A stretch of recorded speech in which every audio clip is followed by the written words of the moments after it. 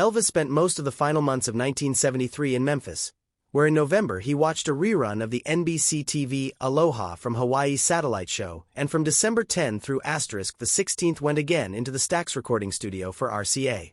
Although this session was considerably more satisfying than the one in July, 18 songs in 7 days, in no way did it represent Elvis at his most productive or happiest. Still overweight and depressed about the year behind him, many of the songs seemed as autobiographical and sad as anything he ever recorded. Some of the material reflected his general mood, such as in Laney Gatlin's composition, Help Me, where Elvis literally dropped to his knees in the studio to sing the song. Others were more specific, as in Take Good Care of Her, where he seemed to be singing to Priscilla's new escort, Mike Stone. Perhaps the saddest of all and ultimately most prophetic was the mournful Good Time Charlie's Got the Blues. 3 of these songs would be released as singles in the next year, and all would be included on his albums. There were up-tempo songs as well, including Chuck Berry's rocker, Promised Land.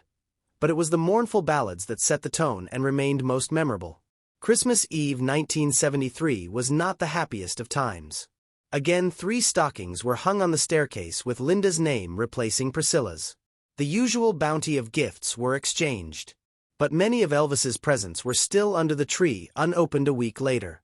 New Year's Eve was quiet too, as Elvis held another party at Graceland rather than rent a nightclub, and paired the guest list to out 30 of one went out and thou at Champngn, but Poncho's, a Mexican fast food takeout place not far away. Elvis and Linda didn't come downstairs to join the party until after 11.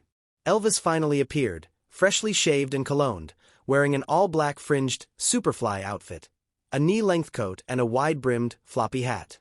Linda looked as if she had spent a lot of time making up and was wearing a silver lame pants suit with a transparent top. They made one circuit of the room, greeting everyone cordially, then went back upstairs. Total time they were at the party was under 15 minutes. In their wake they left a disgruntled and deflated party. I flew 1,800 miles for this?